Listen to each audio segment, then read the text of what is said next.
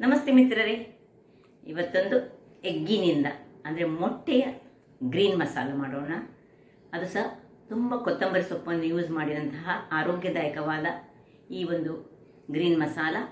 ಇದನ್ನು ನಾವು ಚಪಾತಿಯೊಟ್ಟಿಗೆ ತಿನ್ಬೋದು, ರೊಟ್ಟಿಯೊಟ್ಟಿಗೆ ತಿನ್ಬೋದು, ಅಥವಾ ದೋಸೆಯೊಟ್ಟಿಗೆ ತಿನ್ಬೋದು. ನಾನಿವತ್ತು ಅನ್ನಕ್ಕೆ ಸೈಡ್ ಡಿಶ್ ಆಗಿ ಮಾಡಿದ್ದೇನೆ. ಸ್ವಲ್ಪ ದಪ್ಪ ಗ್ರೇವಿ ಇಟ್ಟು ಮಾಡಿದ್ದೇನೆ. ನೀವು ಸ್ವಲ್ಪ ನೀರು ಮಾಡಿದರೆ ಯಾವುದೇ ಒಂದು ದೋಸೆಗಳಿಗೆ ಸಹ ಆಗುವಂತಹದ್ದು ಬಹಳ ರುಚಿಕರವಾಗಿ ಬರುತ್ತದೆ.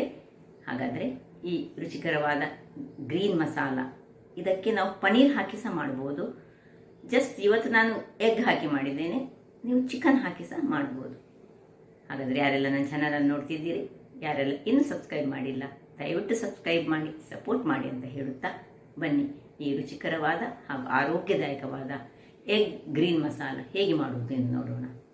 ಮಿತ್ರರೇ, ಇವತ್ತು ಈ ಎಗ್ಗನ್ನು ಬಳಸಿ ನಾವು ನೋಡಿ, ಎಗ್ಗನ್ನು ಬೇಯಲಿಕ್ಕೆ ಇಟ್ಟಿದ್ದೇನೆ. 3 ಎಗ್ಗನ್ನು ಬೇಯಲಿಕ್ಕೆ ಇಟ್ಟಿದ್ದೇನೆ. ಅದಕ್ಕೆ ಸ್ವಲ್ಪ ಉಪ್ಪು ಹಾಕೊಂಡಿದ್ದೇನೆ. ಈಗ ಎಗ್ ಬೇಯಲಿ, ಅದರ ಆಗ ನಾವೊಂದು ಮಸಾಲ ಪದಾರ್ಥ ರೆಡಿ ಮಾಡಲಿಕ್ಕೆ ಉಂಟು. ಮಸಾಲ ಪದಾರ್ಥಕ್ಕೆ ಬೇಕಾಗುವ ಸಾಮಗ್ರಿಗಳು ಏನು ಹೇಳಿದರೆ, ಈ ಕೊತ್ತಂಬರಿ ಸೊಪ್ಪು ಬೇಕು ನಮಗೆ, ಸ್ವಲ್ಪ ಪುದೀನ ಇದ್ರೆ ಸ್ವಲ್ಪ ಹಾಕೊಳ್ಳಿ, ಬೇಕಾದ್ರೆ ಫ್ಲೇವರ್ ಒಳ್ಳೆ ಬರ್ತದೆ. ಮತ್ತು ಒಂದು ನೀರುಳ್ಳಿ, ಒಂದು ತುಂಡು ಶುಂಠಿ, ಖಾರ ನಿಮಗೆ ಬೇಕಿದ್ದ ಹಾಗೆ ಸ್ವಲ್ಪ ಹೆಚ್ಚು ಖಾರ ಬೇಕಿದ್ರೆ ಒಂದು 2 ಮೆಣಸು ಹೆಚ್ಚು ಹಾಕೊಳ್ಳಿ.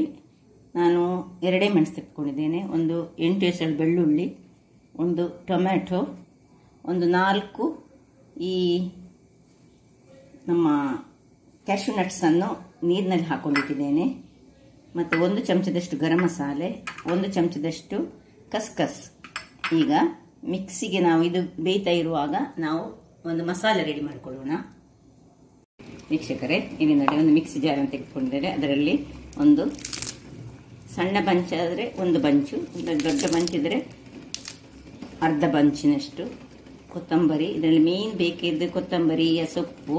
ಅಂದರೆ ನಾನೀಗ ಮಾಡ್ತಿರುವುದು ಎಗ್ ಗ್ರೀನ್ ಮಸಾಲ. ನೋಡಿ, 1 ತುಂಡು ಶುಂಠಿ. ಇದನ್ನು ಬೇಕಿದ್ರೆ ಮತ್ತೆ ಇದು ಮಾಡುವಾಗ ಶುಂಠಿ ಬೆಳ್ಳುಳ್ಳಿ, ಮತ್ತು ಶುಂಠಿ ಇರೋದ್ರೆ ಶುಂಠಿ ಬೆಳ್ಳುಳ್ಳಿ ಪೇಸ್ಟ್ ಅಂತ ಯೂಸ್ ಮಾಡ್ಬೋದು. ನಾನು ಗ್ರೈಂಡ್ ಮಾಡುವಾಗಲೇ ಹಾಕೊಳ್ತಿದ್ದೇನೆ.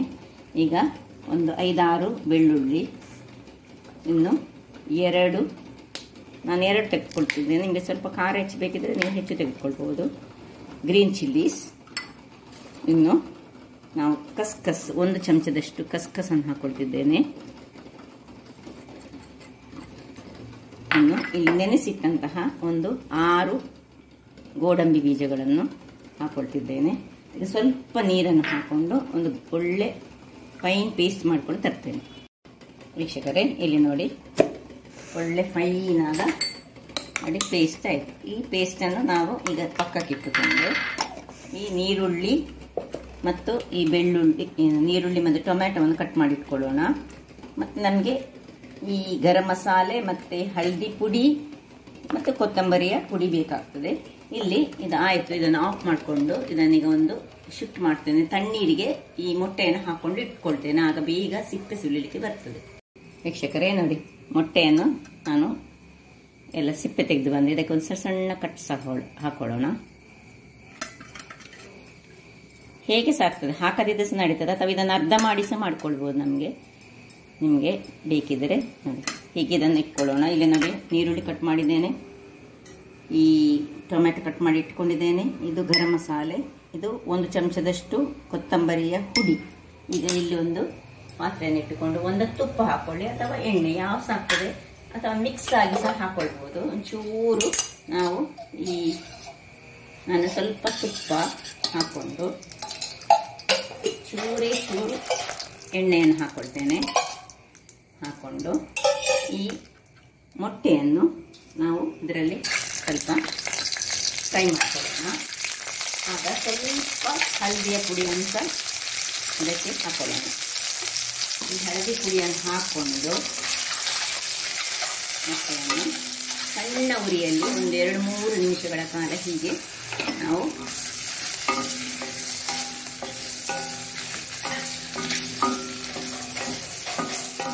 ಇದೊಂದು ನನ್ನ ಫ್ರೆಂಡ್ ಹೇಳಿಕೊಟ್ಟದ್ದು. ಅವರು ತಮಿಲಿಯನ್ಸ್, ಅವರು ನೀಲಗಿರಿಯಲ್ಲಿ ಹೋದಾಗಂತೆ ಇಂತಹ ಒಂದು ಇದನ್ನು ಅವರು ತಿಂದರು. ಅಂದರೆ ಅಲ್ಲಿ ಮತ್ತೆ ಅಲ್ಲಿ ಕೇಳುವಾಗ ಹೇಗೆ ಮಾಡೋದು ಹೇಳಿ ಈ ರೀತಿಯಲ್ಲಿ ಇದು ಮಾಡುವಂತಹ ಒಂದು ವಿಧಾನ.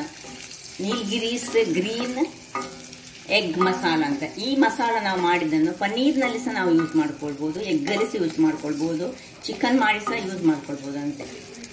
ಈ ರೀತಿಯಲ್ಲಿ ಚೆನ್ನಾಗಿ ಸ್ವಲ್ಪ ಇದು ಫ್ರೈ ಆಗಬೇಕು. ಆದಮೇಲೆ ನಾವೇನು ಮಾಡಬೇಕು ಹೇಳಿದ್ರೆ, ಈಗ ಅದನ್ನು ಒಂದು ಎಲ್ಲಿಂದ ಹೀಗೆ ತೆಗೆದುಕೊಳ್ಳೋಣ.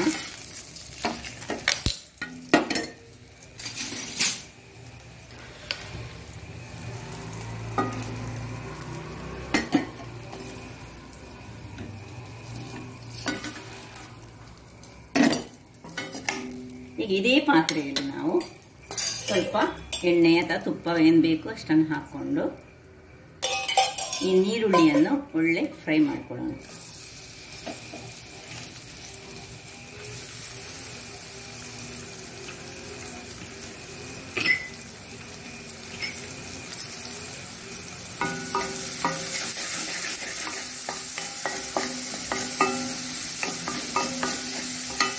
ಈರುಳ್ಳಿ ಒಳ್ಳೆ ಫ್ರೈ ಆಗ್ತಿದ್ದಲ್ಲಿ ಸುಲಭ ರೀತಿಯಲ್ಲಿ ಮಾಡುವಂತಹ ಈ ಒಂದು ಎಗ್ ಕರಿ ಬ್ಯಾಚುಲರ್ಸ್ಗೆ ಅಂತ ಹೇಳಿ ಮಾಡ್ತಂತಹದ್ದು.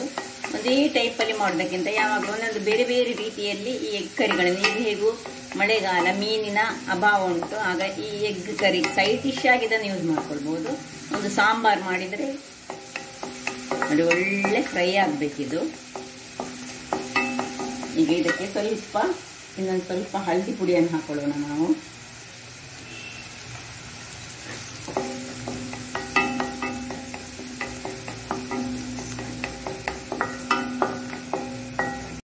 ನೋಡಿ ಈ ನೀರುಳ್ಳಿ ಇಷ್ಟು ಫ್ರೈ ಆಗುವಾಗ ನಾವು ಈ ಟೊಮ್ಯಾಟೊವನ್ನು ಇದಕ್ಕೆ ಕಟ್ ಮಾಡ್ಕೊಂಡು ಹಾಕೊಳ್ಳೋಣ. ಬೇಕಿದ್ರೆ ನೀವು ಟೊಮ್ಯಾಟೊವನ್ನು ಆ ಪ್ಯೂರಿ ಮಾಡುವಾಗ ಸಹ ಹಾಕೊಳ್ಬಹುದು. ಆಗ ಟೊಮ್ಯಾಟೊದೊಟ್ಟಿಗೆ ಅದರೊಟ್ಟಿಗೆ ಒಂದು ಪ್ಯೂರಿ ಸಹ ಆಗ್ತದೆ. ಮತ್ತು ಟೊಮ್ಯಾಟೊ ಹೀಗೆ ಸಹ ಹಾಕಬಹುದು, ಟೊಮ್ಯಾಟೊ ಪ್ಯೂರಿ ಮಾಡಿ ಸಹ ಹಾಕೊಳ್ಬಹುದು. ಯಾವ ರೀತಿಯಲ್ಲಿ ಸಹ ಮಾಡಿದರೆ ಆಗ್ತದೆ. ಈಗ ಇದನ್ನು ಒಳ್ಳೆಯದು ಸಾಫ್ಟ್ ಆಗಲಿಕ್ಕೆ ನಾವು ಸ್ವಲ್ಪ ಇದಕ್ಕೆ ಉಪ್ಪನ್ನು ಹಾಕೊಳ್ಳೋಣ.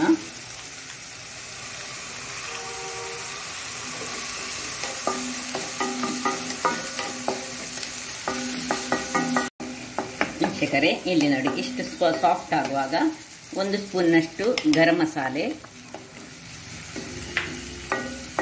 ಪೌಡರ್. ಬೇರೆ ಯಾವ ಗರಂ ಮಸಾಲೆಯನ್ನು ನಾವು ಯೂಸ್ ಮಾಡ್ತಾ ಇಲ್ಲ, ಖಾಲಿ ಇದಕ್ಕೆ ಹೆಚ್ಚು ಗರಂ ಮಸಾಲೆ ಇಲ್ಲ, ಖಾಲಿ 1 ಸ್ಪೂನ್ನಷ್ಟು ಗರಂ ಮಸಾಲೆ ಪೌಡರ್ ಮಾತ್ರ. ಇನ್ನು 1 ಸ್ಪೂನಿನಷ್ಟು ಕೊತ್ತಂಬರಿಯ ಪುಡಿ,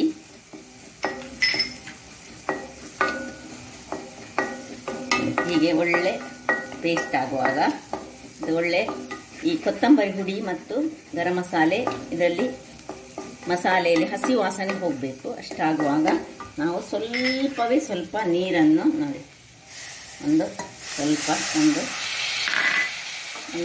ಕಾಲು ಲೋಟದಷ್ಟು ನೀರನ್ನು ಹಾಕೊಂಡು ಪುನಃ ಇದನ್ನು ಹೀಗೆ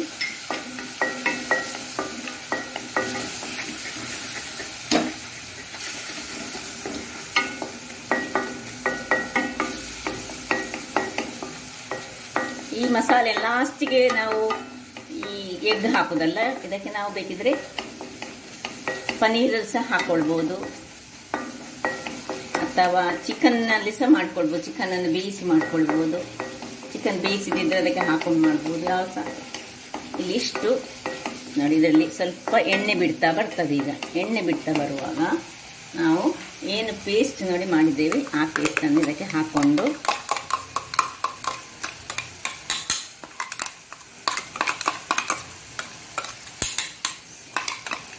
ಸ್ವಲ್ಪ ಇದಕ್ಕೆ ನೀರನ್ನು ಹಾಕೊಳ್ಳೋಣ.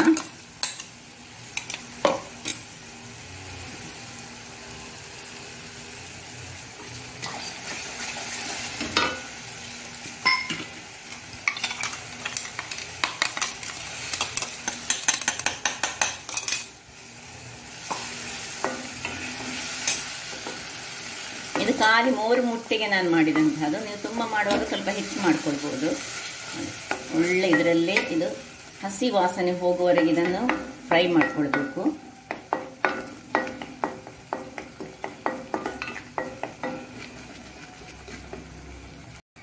ವೀಕ್ಷಕರೇ ನೋಡಿ, ಇಷ್ಟು ಸೈಡ್ಸ್ ಅಲ್ಲಿ ಎಣ್ಣೆ ಸ್ವಲ್ಪ ಬಿಡುವಾಗ ಇದೆಲ್ಲ ಫ್ರೈ ಆಯ್ತು ಅಂತೇಳಿ ಅರ್ಥ. ಇನ್ನು ಕೊನೆಯದಾಗಿ ನಾನು ತೆಂಗಿನ ಹಾಲು, ಸ್ವಲ್ಪ ತೆಂಗಿನ ಹಾಲನ್ನು, ಒಂದು 1/4 ಗ್ಲಾಸ್ನಷ್ಟು ತೆಂಗಿನ ಹಾಲು ಅಥವಾ ನೀವು ಕ್ರೀಮನ್ನು ಯಾವುದನ್ನು ಸಹ ಹಾಕ್ಕೊಳ್ಬೋದು. ನೋಡಿ, ಇದನ್ನು ಹಾಕ್ಕೊಳ್ಳೋಣ. ಹಾಕ್ಕೊಂಡು ಅದಕ್ಕೊಂದು ಟೇಸ್ಟನ್ನು ಕೊಡ್ತದೆ ಇದು. ಇಲ್ಲಿ ಇನ್ನು ಕೊನೆಯದಾಗಿ ಸ್ವಲ್ಪ ಲಿಂಬೆಯ ರಸವನ್ನು ಇದಕ್ಕೆ ಹಾಕ್ಕೊಳ್ತಿದ್ದೇನೆ ನಾನು.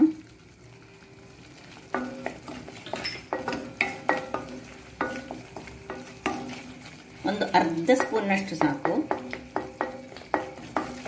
ಒಳ್ಳೆ ಪರಿಮಳ ಬರ್ತಾ ಉಂಟು ಈಗ. ಹೀಗೆ ಇದನ್ನು ಸ್ವಲ್ಪ ತಿರುಗಿಸ್ಕೊಂಡು, ಸ್ವಲ್ಪ ನಿಮಗೆ ಇಷ್ಟೇ ದಪ್ಪ ಬೇಕಿದ್ರೆ ಸೈಡ್ ಡಿಶ್ ಹೀಗೆ ದಪ್ಪದಲ್ಲಿ ಯೂಸ್ ಮಾಡ್ಬೋದು. ಇನ್ನು ಕೊನೆಯಲ್ಲಿ ನಾವು ಏನು ಮೊಟ್ಟೆಯನ್ನು ಹಾಕಿದ್ದೇವೆ ಇದನ್ನು ಹಾಕೊಳ್ಳೋಣ. ಇದನ್ನು ಇದರಲ್ಲಿ ಹೀಗೆ ತಿರುಗಿಸಿಕೊಂಡು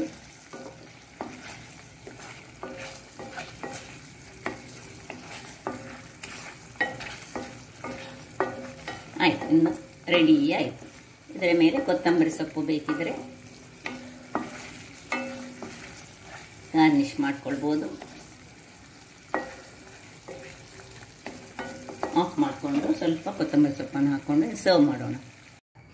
ವೀಕ್ಷಕರೇ ನೋಡಿ, ಸರ್ವ್ ಮಾಡೋಣ.